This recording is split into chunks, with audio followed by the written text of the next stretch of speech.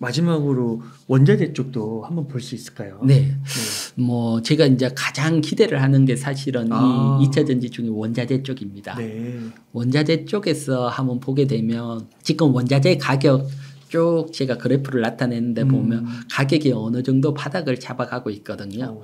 보면 붉은색은 양극재 판가라서 살짝 반등이 나왔고 뭐 탄산 리튬 또는 뭐 니켈 정도 어느 정도 급락이 나오다가 멈추는 요런 상황이고요. 네. 요런 상황인데 내년도로 가면 갈수록 이 원자재 가격은 중국 포함된 데이터는 하락할지 몰라도 중국을 제외한 데이터들은 가격은 프리미엄이 형성이 되고 반등을 할 걸로 봅니다. 그렇게 보는 것들은 요렇게 설명을 드릴게요. 보면 요것은 폴리실리콘입니다. 폴리실리콘인데 보게 되면 검은색은 중국을 제외한 폴리실리콘이고 여기에 조금 짙은 오렌지색은 중국을 포함한 폴리실리콘 가격이거든요. 네. 사실 비슷하게 같이 움직입니다.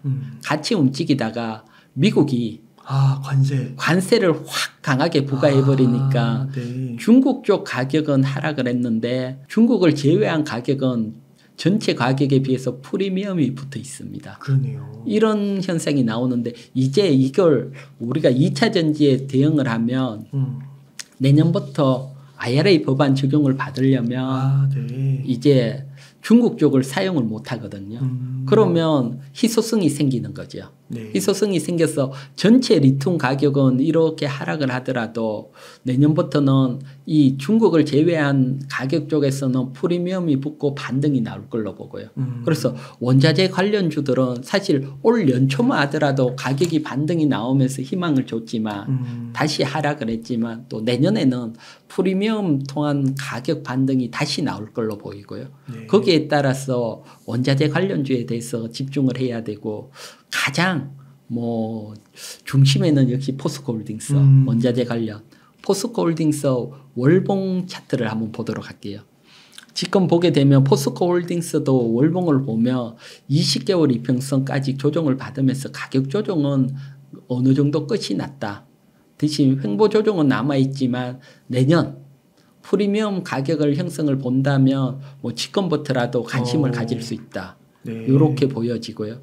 특히 최근에 포스코홀딩스 같은 경우는 2조 원 자사주 소각 발표를 했거든요. 맞아요. 자사주 소각 발표는 뭐 상당히 주가에는 긍정적으로 작용을 할 거고요. 또 2차 전지 소재 고도화 전략 발표를 했고 여기에 따라서 뭐 2차 전지 소재 뭐 11조 매출 달성 또 보면 포스코홀딩스 그룹 전체가 지금 한 70조 시가총액인데 200조까지 약 3배 가까이 증가시키겠다. 이런 발표도 같이 했거든요. 그런 측면에서 본다면 뭐 포스코홀딩스에 관심을 가질 수 있고 특히 2026년까지 리튬 96,000톤, 니켈 48,000톤 이처럼 원자재에서도 집중적으로 또 투자를 하고 하니까 뭐 내년부터 프리미엄 가격이 형성이 된다면 뭐 포스코홀딩스가 가장 유력할 걸로 보여집니다.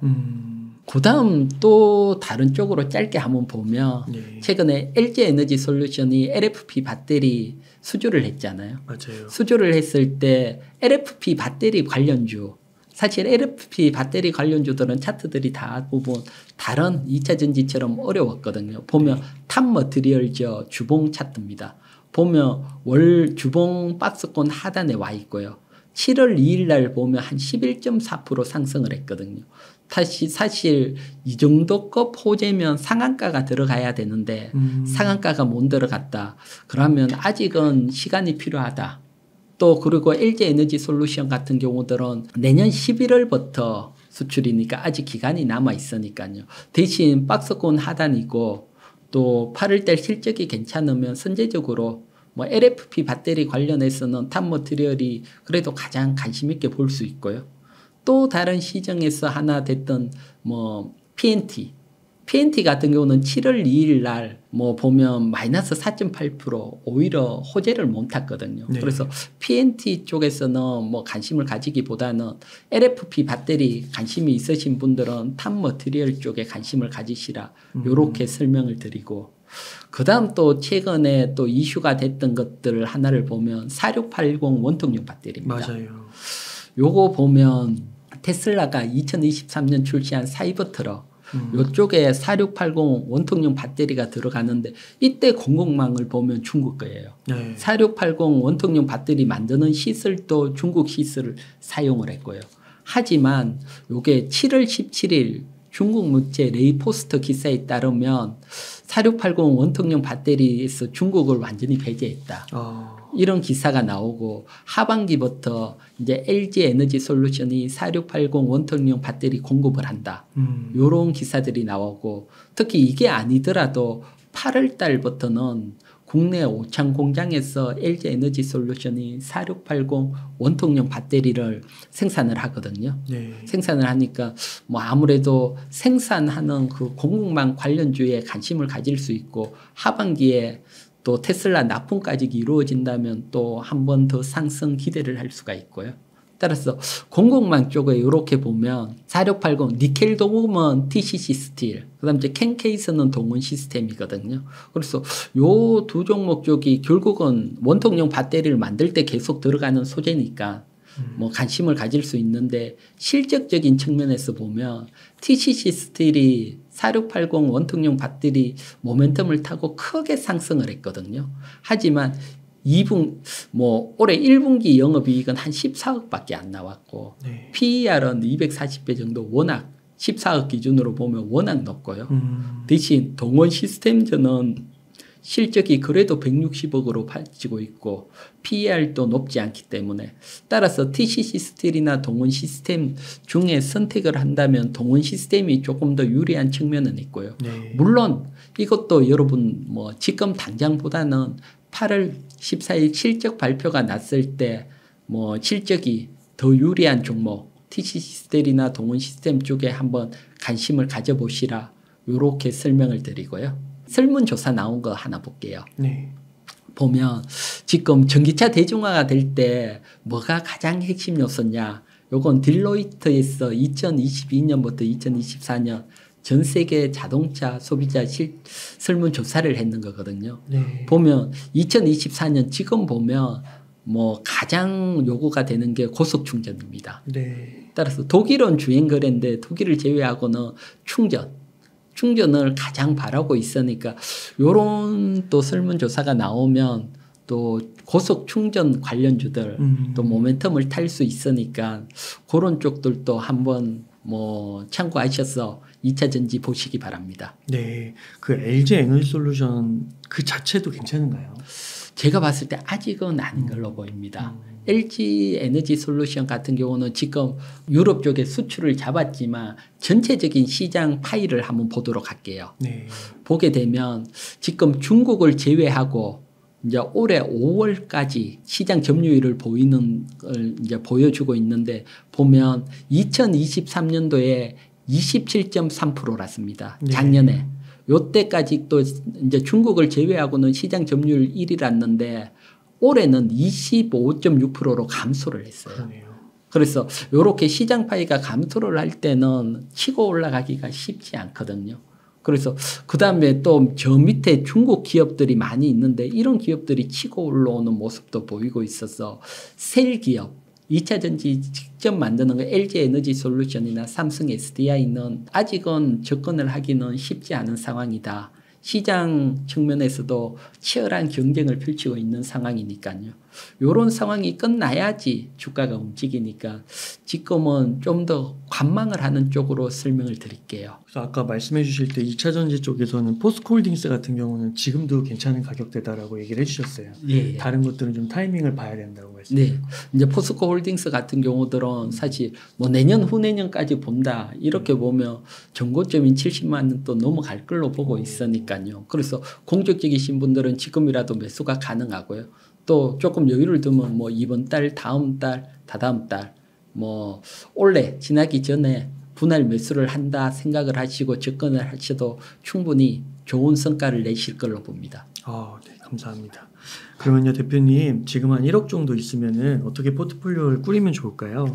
네, 이제 보면 지금 시장이 뭐 조정을 받고 좀 흔들리고 이래 있지만 역시 뭐 외국인들이 가장 많이 사고 또 수출 업황이 가장 잘 되는 반도체 그중에 이제 SK 하이닉스 탑픽으로 비중을 한 30%. 네. 물론 뭐 삼성전자 가지고 계시면 삼성전자 합쳐서 비중 30% 반도체 채우고요. 그다음 자동차 또 외국인들이 또 가장 또 많이 샀고 수출이 또 가장 잘 되고 있으니까 한 20%. 그다음 포스코 홀딩스 20%. 그래서 대형주들은 이렇게 한 70% 사오시고 중소형주는 한 두 종목 정도 30% 정도. 요건 이제 검투세 유예가 되게 되면 또 중소형주들이 한번 확 움직일 수도 있거든요. 네. 그래서 중소형주 같은 경우는 공시를 보고 특히 뭐 외국 특히 뭐 최대 지주가 뭐 자기 주식을 확 산다든가 또는 대규모 전환사채가 주식으로 바뀌고 바뀐 금액이 현재 주가하고 비슷하다든가 큰 돈이 움직이는 거. 사실 이런 종목 여러분들이 찾거나 뭐 공부하시기 어려우신데 저 이희경 경제TV 유튜브에 오시면 다양한 공시 사례들이 있으니까 중소형주 하시는 분들은 또 반드시 한번 오셔서 참고해 보시기 바랍니다. 네. 그 초반에 그 대표님께서 말씀해 주실 때 반도체 사이클이 23년 10월을 저점으로 찍고 2년 이상 지속될 수 있다고 말씀해 주셨잖아요. 네. 그러면 SK하이닉스도 지금 가격이 물론 최근에 좀 조정을 받았긴 했지만 SK하이닉스도 20만 원 막 뚫고 30만 원도 넘어가고 막 많이 오를 수 있는 거예요. 제가 봤을 때는 충분히 가능하다고 봅니다. 지금 업황 사이클에 따라 2025년 10월까지 상승을 하고 또 반도체 업황이 거기에 보면 지난 코로나 때 투자가 됐던 게 다시 한번 이제 교체 수요까지 붙이면 업황 사이클이 더 길어질 거라고 리포트들도 많이 나오고요. 네. 여기에다가 지난 반도체 사이클을 보면 SK 하이닉스는 D램 반도체 고점 형성, YOY 고점보다 1년 이상 더 상승을 했거든요. 네. 그러면 2026년 10월까지 또 상승을 기대하면 아직도 2년 반이라는 긴 시간, 대세 상승으로 가는 시간 동안 뭐 상승을 주도할 수 있으니까요. 그래서 SK 하이닉스는 지금 조정이 또 제가 볼 때는 또 매수 기회로 보여집니다. 한 가지만 더 여쭤보면은 네. 그 삼성전자가 HBM4에서는 역전할 수도 있다 뭐 이런 얘기 나오는데 그거는 좀 시기상조라고 보시나요? 제가 봤을 때는 아직도 약간 시기상조. 좀 보면 삼성전자 같은 경우는 엔비디아 쪽에서 SK 하이닉스만큼 왕창 주기는 쉽지 않아 보이고요. 또 TSMC하고 경쟁 관계인 저희 파운드리도 경쟁 관계인 확률도 있고 이런 측면에서 봤을 때는 뭐 대안 정도가 일정한 물량 한정 정도 주고 계속해서 지금처럼 TSMC, 엔비디아, SK 하이닉스 삼각 동맹 체제로 가고 그 다음에 대안으로 삼성전자 일정 부분 따라가는 형태가 요번에 가지 않을까 일단 실적은 그렇게 보고 있고요. 대신 삼성전자 같은 경우는 외국인들이 워낙 많이 매수를 했고 외국인들이 이렇게 매수한 종목들은 결국 상승을 했거든요. 그런 측면에서 이제 굳이 그게 아니더라도 수급적인 측면에서 보더라도 뭐 10만 전자, 11만 전자, 12만 전자 넘어갈 걸로 봅니다. 네, 감사합니다. 오늘도 귀중한 말씀 너무 감사드리고 끝으로 저희 시청자분들을 위한 한 말씀 부탁드리겠습니다. 네, 지금 뭐 시장이 또 워낙 어려울 겁니다. 어려울 때일수록 여러분 가장 기본적으로 보면 우리나라 시장 나쁘지 않거든요. 그렇기 때문에 조정이 나올 때마다 관심을 가지시고 어렵더라도 매수 관점으로 대응을 하시기 바랍니다. 네, 감사합니다. 이렇게 해서 이희근 대표님을 모시고 이야기를 나눠봤습니다. 긴 시간 동안 유익한 인사이트 많이 나눠주셔서 감사의 말씀드립니다. 오늘 고생 많으셨습니다. 수고하셨습니다.